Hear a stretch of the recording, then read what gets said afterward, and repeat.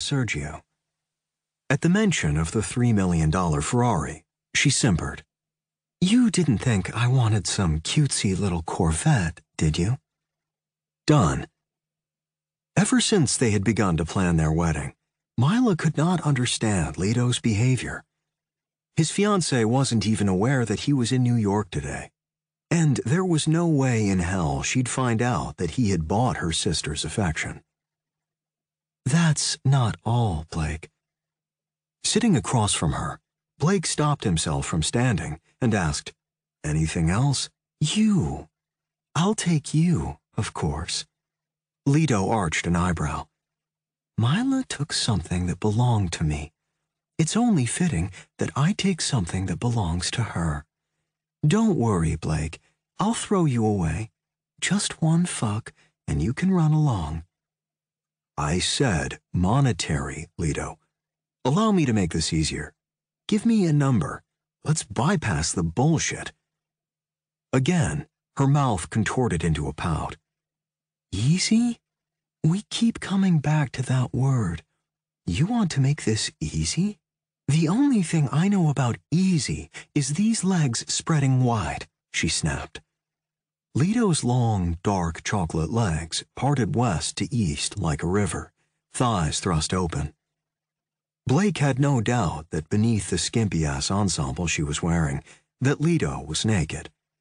His emerald gaze bore through her dark one.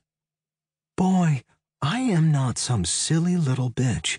I own a damn house in Saint-Tropez, and if I wanted a second one, or another house on some far-off, distant island, this bitch, she tossed her thumb toward her chest, can get it by smiling and strutting on a runway in Milan. Chalk that up as easy if you must. I will admit, a Ferrari Pininfarina Sergio is out of my budget, but that can be acquired in other ways. You aren't the only one with a fat wallet. Blake stared hard at Lito. Growing up in St. Louis, as a kid, he'd had to scrounge around for whatever he needed. Blake had to prove that he was more than just a hacker when he received an all-expenses-paid scholarship to a prestigious university.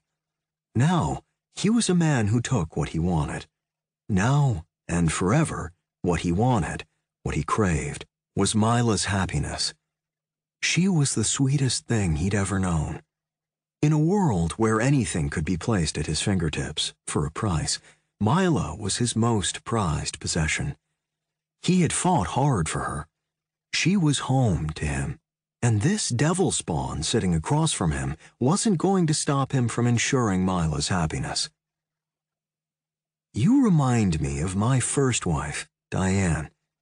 He chuckled, grabbing the long-ago discarded glass of scotch from the table, and sunk back in the seat.